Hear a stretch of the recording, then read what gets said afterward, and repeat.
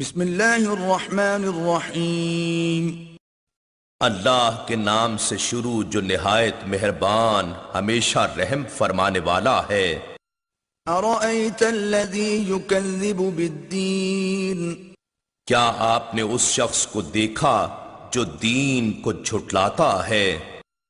فذلک الذی یدع الیتیم، تو یہ وہ شخص ہے جو یتیم کو دھکے دیتا ہے، یعنی یتیموں کی حاجات کو رد کرتا اور انہیں حق سے محروم رکھتا ہے۔ ولا یحض علی طعام المسکین، اور محتاج کو کھانا کھلانے کی ترغیب نہیں دیتا، یعنی معاشرے سے غریبوں اور محتاجوں کے معاشی استحصال کے خاتمے کی کوشش نہیں کرتا۔ فویل للمصلین،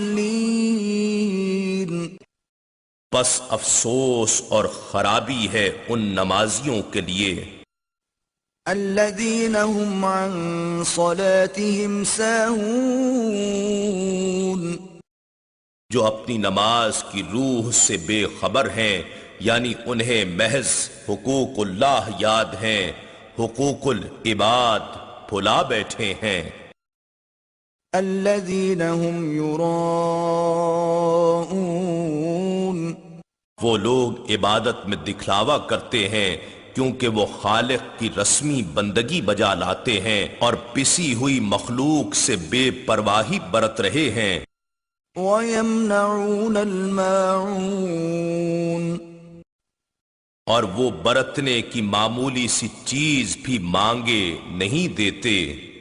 إِنَّا نَحْنُ نَزَّلْنَا الذِّكْرَ وَإِنَّا لَهُ لَحَافِظُونَ،